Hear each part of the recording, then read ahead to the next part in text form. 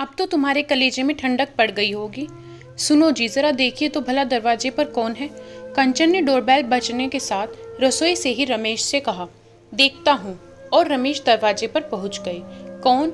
ये कोर्ट से नोटिस आई है। और सामने वाला नोटिस पकड़ाकर चला गया। कोर्ट से नोटिस हमारे घर? रमेश तो एकदम से चौंक ही पड़े और वहीं खड़े खड़े नोटिस खोलकर देखने लगे। और जैसे ही नोटिस पढ़ा, आंखों के आगे अंधेरा सा छाने लगा। बड़ी ठंड में भी पूरा शरीर पसीने से नहा गया। उनको लगा भी दिल बैठ जाएगा और वो वहीं आंगन में पड़ी कुर्सी पर ही बैठ गए। कौन था? कंचन ने फिर रसोई से ही पूछा, लेकिन उधर से भी कोई जवाब न पाकर बाहर निकल आई। क्या हुआ? क्यों इतना परेशान हो गई तुम? कंचन ने रमेश को इतना परेशान देखकर कहा। और तब तक घर से ही ऑफिस का काम करने वाला बेटा राघव भी कंचन की घबराहट भरी आवाज सुनकर आ गया।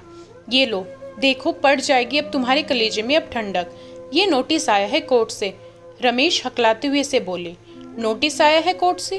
और किसने भेजा? कंचन भी एक बार को चौंक पड़ी। लो, खुद ही पढ़कर देख लो। ये कहते हुए रमेश ने कंचन की तरफ नोटिस बढ़ा दिया। तुम ही पढ़कर बताओ कि आखिर इसमें ऐसा क्या लिखा है जो मेरे कलेजे में ठंडक पड़ने लगी, क्योंकि मैंने चश्मा नहीं लगा रखा। कंचन तो अब सीरियस ही हो गई। पापा बताइए ना कि आखिर नोटिस किसने भेजा है और क्यों? अब तो राघव से भी नहीं रहा जा रहा था। बेटा, रचना राघव की पत्नी ने तलाक का नोटिस भेजा है। ये देखो। रमेश ने इस बार नोटिस राघव की तरफ बढ़ा दिया। क्या पापा? अब तो राघव को भी लगा कि जैसे उसके पैरों के तले से जमीन खिसक जाएगी। हाँ बेटा। लेकिन पापा, रचना इतना बड़ा निर्णय कैसे ले सकती है? राघव को तो सचमुच कुछ भी समझ में नहीं आ रहा था। बेटा, इस बार वो जिस तरह से अपमानित होकर गई है, उसके आगे तो यही होना था। रमेश ने किसी तरह से अपने आप को संभालकर चश्मा ठीक करते हुए कहा। ठीक कह रहे हैं पापा आप, लेकिन पापा, मुझको ये उम्मीद नहीं थी कि रचना इतना बड़ा कदम उठा लेगी। ये कहते कहते राघव की आंखों में आंसू छलकने लगे। बेटा, औरत को कमजोर नहीं समझना चाहिए। और मुझको तो सचमुच ताज्जुब लगता है कि तेरी माँ एक औरत होते हुए भी हम सबके लिए उत्तरदायी है। रमेश ने हिकारत भरी दृष्टि से कंचन की ओर ताका। लेकिन पापा, मैं रचना के बिना नहीं जी पाऊंगा। इतना कहकर राघव आंखों में आंसू लिए अपने कमरे में वापस चला गया। मैं कह रहा हूं ना कि अब तुम्हारे कलेजे में ठंड पड़ गई होगी ना। तुमको बेटे की हालत दिखाई पड़ रही है ना। जब से इस बार रचना इस घर से गई है, उसका हंसना मुस्कुराना सब जैसे समाप्त हो गया। यहाँ तक कि खाना भी वो अपने कमरे में ही बैठकर खा लेता है। पता नहीं खाता भी है या फेंक देता है। तुम भले उसकी हालत देखना नहीं चाह रही, लेकिन मुझसे उसके दिल का दर्द छुपा नहीं। रमेश सचमुच बहुत नाराज नजर आ रहे थे। अब इसमें भी मेरी ही गलती निकाल दो। तुमको रचना की तो जैसे कोई गलती दिखाई ही नहीं पड़ती। हर बात को लेकर कितना ज्यादा बहस लड़ाती थी। इसी बात को लेकर उन दोनों में झगड़ा होता था। कंचन इस बार बहुत तमक कर बोली। लेकिन मेरे हिसाब से तो 100% तुम्हारी ही गलती है। अब जब बेटी पराए घर से ब्याह कर इस घर में आई है, तो थोड़ी बहुत गलतियां तो होती ही रहती हैं। लेकिन जैसे ही राघव ऑफिस से वापस आता था, तुम उसकी दिन भर की बातों को नमक मिर्च लगा लगा कर बताती थी। बस इसी बात को लेकर उन दोनों के बीच कहासुनी होती थी। शुरू शुरू में तो वो बेचारी कुछ बोलती भी नहीं थी, लेकिन तुम्ही ने उसको मुंह खोलने के लिए मजबूर किया। अरे भाई, जब धान की फसल एक जगह से निकालकर दूसरी जगह रोपी जाती है तो कितनी ज्यादा संभाल करनी पड़ती है। लेकिन अफसोस कि तुम एक स्त्री होकर भी दूसरी स्त्री का दर्द नहीं समझ पाती। तुमको तो बस उसकी गलतियां ही नजर आती थी।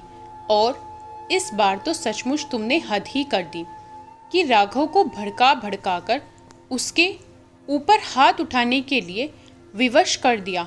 ये तो कहो, मैंने आगे बढ़कर राघव का हाथ पकड़ लिया, वरना अनर्थ ही हो जाता। बताओ भला कि कौन लड़की इतने अपमान के बाद इस घर में रुकेगी? जरा सोचकर बताओ कि कभी मैंने तुम्हारे ऊपर भूले से एक बार भी हाथ उठाया हो?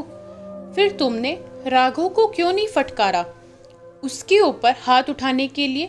मेरे हिसाब से बहुत अच्छा किया रचना ने। अब बैठकर डफली बजाओ तुम माँ बेटे। जब सारे जात बिरादरी में हम लोगों की बदनामी होगी और हम लोग किसी से नजरें भी नहीं मिला पाएंगे। रमेश ने अपनी आंखों में आए हुए आंसुओं को पोंछते हुए कहा, 1 मिनट, गलती मुझसे हुई है तो सुलझाऊंगी भी मैं। शायद मैंने बहुत बड़ी गलती की है, इसका प्रायश्चित तो मुझको करना ही होगा। मैं बहुत ज़्यादा कुटिल हो गई थी रचना को लेकर, उसको हर पल नीचा दिखाना चाहा, लेकिन अब नहीं। आप गाड़ी निकालिए, हम लोग अभी के अभी रचना के पास चलते हैं।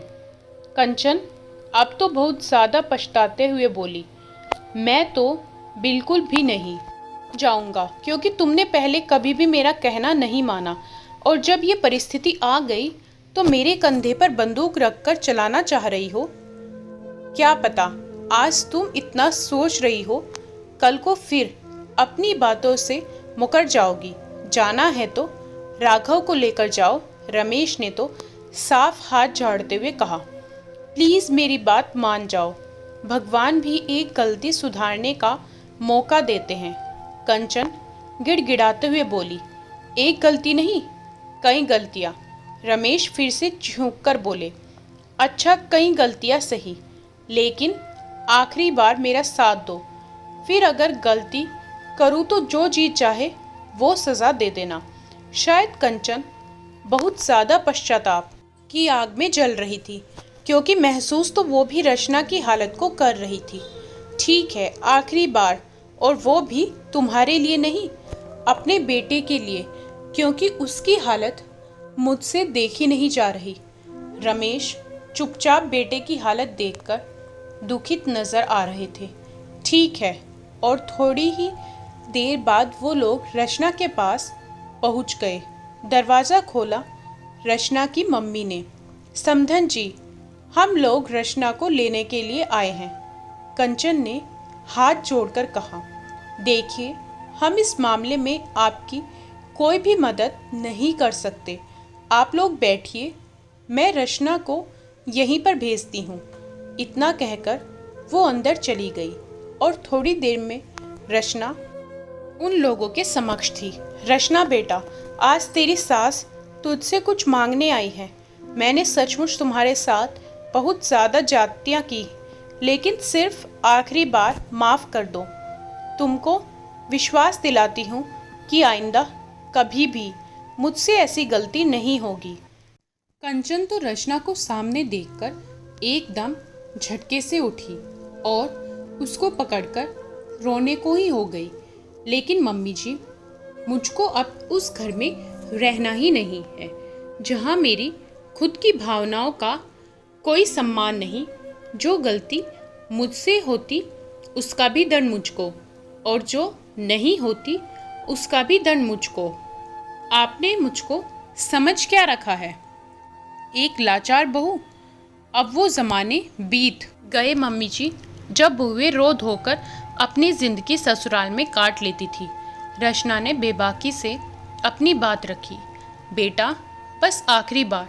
कंचन को अपनी गलती का एहसास बहुत अच्छी तरह से हो गया है, और जो पछतावा मैंने इसकी आंखों में देखा, उसको देखते हुए मैं तुमसे वादा कर सकता हूँ कि अब ये ऐसा कुछ भी नहीं करेगी।